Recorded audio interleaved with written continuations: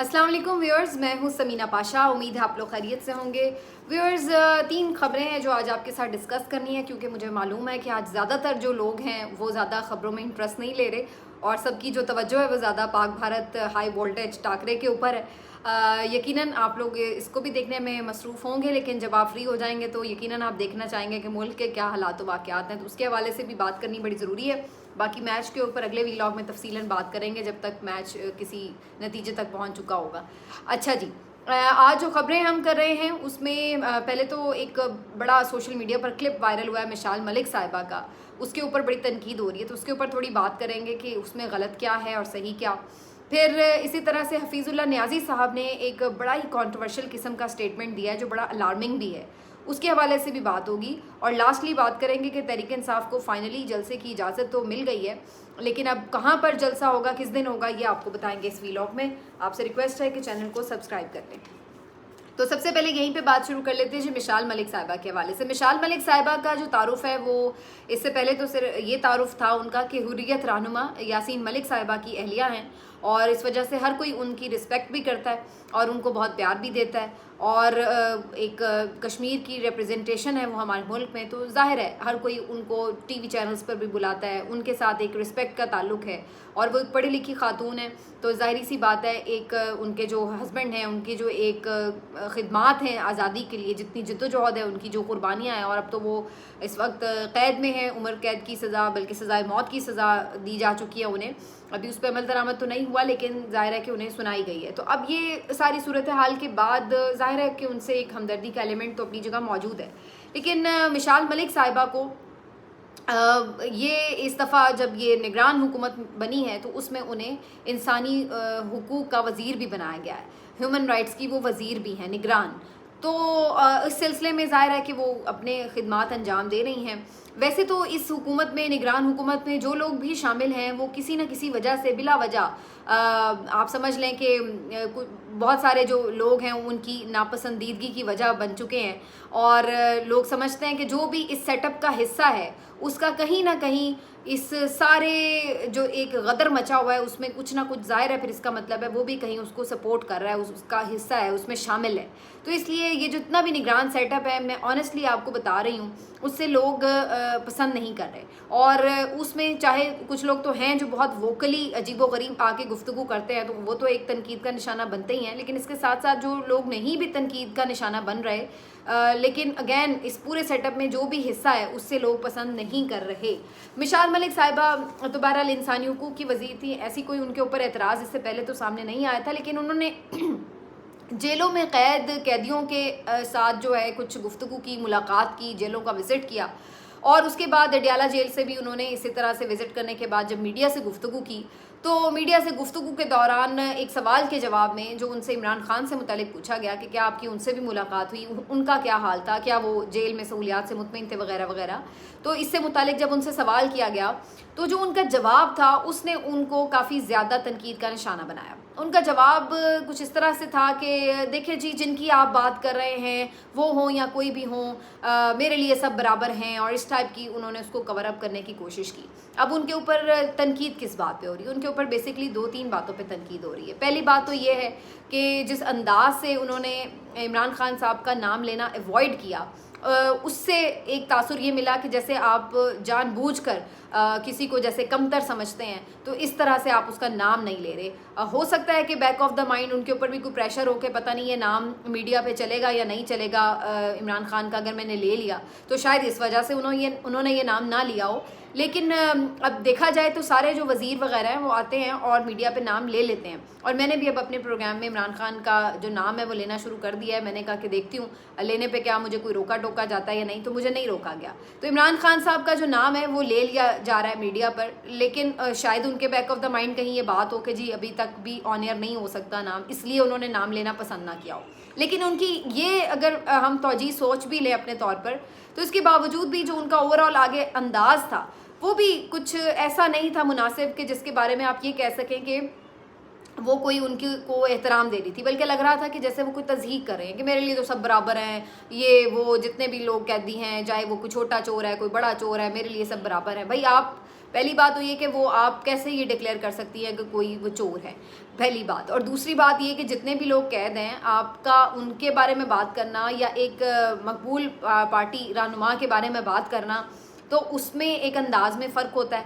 और इस वक्त जब एक सेंसिटिविटी इस वक्त पाकिस्तान में उरूज पर है इस हवाले से लेकर के, तो उनका जो अंदाज़ था उसमें बड़ा एक आमियानापन था, जिससे ऐसा लग रहा था कि वो उनको लेट डाउन कर रही हैं, इमरान खान साहब को कोई अहमियत नहीं देना चाहती, बल्कि ना सिर्फ ये अहमियत नहीं देना चाहती बल्कि कहीं ना कहीं तज़हीक सी महसूस हुई उनकी करती हुई। और फिर जो तीसरी उनकी कंट्रोवर्शियल बात थी वो ये थी कि उन्होंने ये कह दिया गुफ्तगू में कि जनाब मुझे तो 22 करोड़ आवाम का मैंडेट मिला है, तो मैं तो फिर सबकी बात करूंगी क्योंकि मुझे तो सारी करोड़ों आवाम का मैंडेट मिला है। तो ये एक उनकी बहुत ही हकाइक से बिल्कुल जिसको आप कह लें कि इदराक ना होने के मुतरादिफ गुफ्तगू थी, क्योंकि आपको 22 करोड़ का मैंडेट नहीं मिला। मैंडेट मिलने का मतलब तो ये होता है कि आप इलेक्शन जीत कर आए हैं और आपको वोट पड़े हैं और इसलिए लोग आपको सपोर्ट कर रहे हैं कि जी उन्होंने वोट दिए हैं। लेकिन आपने तो एक निगरान हुकूमत में एक आर्जी नौकरी है आपकी, और आप एक आर्जी तौर पर तैनाती है आपकी, और वो आप काम कर रहे हैं। तो आप ये क्लेम नहीं कर सकते कि आपको 22 करोड़ का मैंडेट मिला है।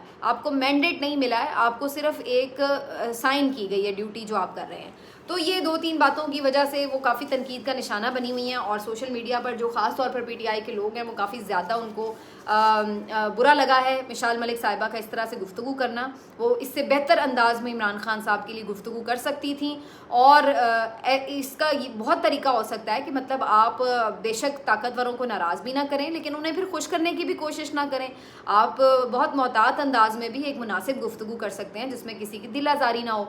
लेकिन अगर आप एक मकबूल लीडर के बारे में इस अंदाज से बात करेंगे तो ज़ाहिर है उनके जो फॉलोअर्स हैं वो फिर आपको क्रिटिसाइज़ तो करेंगे। तो बहरहाल जी मिसाल मलिक साहिबा जो हैं वो इस वजह से काफ़ी ज़्यादा तनकीद की जद में रही हैं, और लोग कह रहे हैं कि भाई आप हैं कौन जो आके आप इस तरह से बात कर रही हैं, आपकी पहचान क्या है। लेकिन बहरहाल मिसाल मलिक साहिबा या उनकी फ़ैमिली की अपनी जगह खिदमात हैं, लेकिन इस वक्त ये तो अब उनको भी एक मेरा ख्याल है कि बेहतर होगा कि वो ख़ुद भी एक क्लैरिटी से बात कर दें कि उन्होंने उनके अंदाज़ का मतलब क्या था। आगे बढ़ते हैं जी। हफीज़ुल्लाह न्याज़ी साहब ने एक टॉक शो में गुफ्तगू करते हुए जो रऊफ़ क्लासरा साहब से वो बात कर रहे थे, तो उन्होंने सीरियस फोरम पे एक बड़ी इंपॉर्टेंट बात की, और वो बड़ी ख़तरनाक बात भी है। वो ये कहते हैं कि इमरान खान अगर किसी डील में कामयाब नहीं हुआ या उसने किसी तरह से कोई कॉम्प्रोमाइज़ नहीं किया तो उसकी जान को भी ख़तरा हो सकता है। ये बात जो है ये काफ़ी ज़्यादा सबको परेशान कर रही है कल से, क्योंकि इसके बेसिकली 2 पहलू हैं। पहली बात तो ये कि जो हफीज़ुल्लाह न्याज़ी साहब हैं क्या ये इल्ज़ाम लगा रहे हैं कि इस्टेब्लिशमेंट या फ़ौज उनको मरवाना चाहती है, क्योंकि उन्होंने तो अगले जुमले में ये बात की कि फ़ौज तो किसी के आगे सरेंडर नहीं करती। ये बात उन्होंने की कि फ़ौज किसी के आगे सरेंडर नहीं करती। भुट्टो का भी आप हाल देख लें, वो भी जब अड़ गया था तो फिर वो रास्ते से हट गया था। तो खान का भी हाल ये हो सकता है, अगर ये कॉम्प्रोमाइज़ ना हुआ किसी बात पे तो फिर ये ज़िंदगी से भी जाएगा। तो हफीज़ुल्लाह न्याज़ी साहब एक तो सीधा सीधा ये इल्ज़ाम लगा रहे हैं कि इस्टेब्लिशमेंट इमरान खान साहब को मार देगी अगर उन्होंने उनकी बात ना मानी। अगर तो हफीज़ुल्लाह न्याज़ी साहब का ये इल्ज़ाम इसी तरह ही है और गलत है, तो मेरा ख्याल है कि हफीज़ुल्लाह न्याज़ी साहब के ख़िलाफ़ फिर कार्रवाई होनी चाहिए कि आप इतने बड़े मुक़द्दस इदारे के ऊपर इस तरह के इल्ज़ाम क्यों लगा रहे हैं। और अगर उनका ये इल्ज़ाम दुरुस्त है तो फिर किसके खिलाफ कार्रवाई होनी चाहिए, और ये वो बात क्यों कर रहे थे?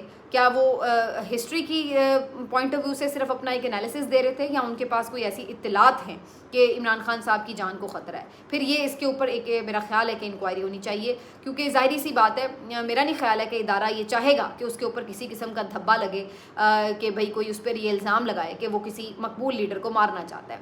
वैसे भी जो हमारी तारीख़ है इस तरह से भरी पड़ी है। भुट्टो साहब के बाद तो हर कोई अब खुलेआम ये बात कहता है कि भुट्टो साहब को बेसिकली मरवाया गया था, इस्टेब्लिशमेंट ने उन्हें मरवाया था। तो जाहिर सी बात है जब जनरल ज़िया के दौर में उनके साथ ये मामला हुआ तो उसके बाद वो धब्बा, वो कलंक का टीका कभी उतर नहीं सका।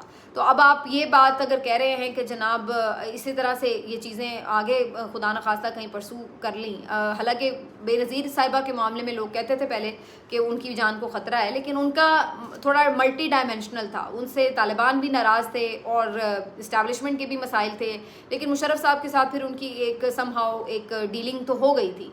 लेकिन उसके बाद बहरहाल उनका जो एक मर्डर हुआ जिस अंदाज से हुआ और फिर उसको जिस तरह से कवर किया गया, उसकी सही इन्वेस्टिगेशन नहीं हुई, तो उसने फिर बहुत सारे सवालों को अपनी जगह खड़ा कर दिया कि इसमें कौन कौन इन्वॉल्व था, कौन कौन सहूलतकार था और कौन कौन सच में चाहता था कि वो दुनिया से चले जाएं। तो ये, और अब उसके बाद हम इमरान खान साहब के हवाले से अगर हफीजुल्लाह नियाज़ी साहब ये बात कर रहे हैं तो ये बड़ी ही कंट्रोवर्शियल बात भी है और ये बहुत ज़्यादा फ़िक्रमंदाना बात भी है, क्योंकि हर कोई पहले ही इस बात का खदशा जाहिर कर रहा है, ख़तरा जाहिर कर रहा है कि उनकी जान रिस्क पर है। 2-3 दफ़ा उनको ऑलरेडी अटैक किया जा चुका है और ये हमने देखा वज़ीराबाद में भी, उसके बाद जुडिशल कॉम्प्लेक्स में भी। तो उसकी वजह से जो उनके फॉलोअर्स हैं, जो उनके लीडर्स हैं, जो उनके कारकुन हैं, जो उनका वोटर सपोर्टर है, उसमें एक तशवीश की लहर है। उसको हर वक्त फ़िक्र है कि क्यों इमरान खान की जान को ख़तरे में डाला गया है। और उसके बाद अब हम ये देख रहे हैं कि मुसलसल उनकी जो फैमिली की तरफ से ये खदशात हैं कि उन्हें कोई स्लो पॉइजनिंग ना की जा रही हो, इस तरह से ना उनकी जान ली जाए कि जिसमें निशान भी बाकी ना रहें। जैसे हमने देखा कुछ पुरअसरार अमवात हुई पिछले दिनों में, जिसमें जो FIA के DG हैं डॉक्टर रिजवान, उनकी मौत थी, या मकसूद चपरासी की मौत थी, जो अचानक से एक साइलेंट हार्ट अटैक का शिकार हुए। तो वो क्यों कर अचानक हो गया, इसकी कभी कोई इन्वेस्टिगेशन नहीं हुई, ये देखने की बात है। और बहुत सारे लोग ये समझते हैं कि कुछ ऐसी अद्वियात हैं कि जिनको स्लो पॉइजनिंग के ज़रिए जो अल्टीमेटली एक हार्ट अटैक की तरफ लेके जाती हैं। तो अब जाहिर है जब इमरान खान साहब स्टेट के रहमो करम पर हैं तो बहुत से तहफ़्फ़ुज़ात जो हैं वो अपनी जगह मौजूद हैं। और अभी लेटेस्ट जो उनका एक पैगाम है उसमें तो वो क्लियरली कह चुके हैं कि वो तो कोई डील नहीं करने वाले। और हफीजुल्लाह नियाज़ी साहब कह रहे हैं कि अगर उन्होंने कोई डील ना की तो फिर उनको रास्ते से हटा दिया जाएगा, क्योंकि फ़ौज किसी के आगे सरेंडर नहीं करती। ये बहुत बड़ा लफ्ज़ है, इस बात को आप अंडरस्टैंड करें। वो कह रहे हैं कि फ़ौज किसी सियासतदान के आगे सरेंडर नहीं करती। तो या तो उनको सरेंडर करना पड़ेगा इमरान खान को, और अगर वो सरेंडर नहीं करते तो फिर उनकी जान को भी ख़तरा है। ये बहुत बड़ा स्टेटमेंट है और मेरा ख्याल है कि ये स्टेटमेंट ऐसे ही जाने देने वाला स्टेटमेंट नहीं है। इसके ऊपर सर्टनली कुछ ना कुछ मामला होना चाहिए। और हफीजुल्लाह नियाज़ी साहब, मेरा नहीं ख्याल है कि इस मौके के ऊपर कोई गैर जिम्मेदाराना गुफ्तगू करके अपने गले में मज़ीद कोई मुसीबत डलवाएं। ऑलरेडी उनका बेटा जो है वो मिलिट्री कस्टडी में है, लेकिन समहाउ और द अदर, देखिए ये क्या है, ये कोई मैसेज भी है क्या इसके पीछे, ये भी देखना ज़रूरी है कि क्या उनके थ्रू कोई मैसेज तो नहीं है ये कि पहुँचाया गया। तो ये बहुत सारी चीज़ें हैं, इसको बहुत सारे एंगल से देखने की ज़रूरत है। उसके बाद मैं लास्टली ज़रा बस इतनी बात कर दूं कि जो PTI को जलसे की इजाज़त नहीं मिल रही थी, लाहौर हाई कोर्ट की तरफ से ये फिर कहा गया कि अगर वो जलसा नहीं करेगी तो फिर कोई भी सियासी जमात जलसा नहीं करेगी।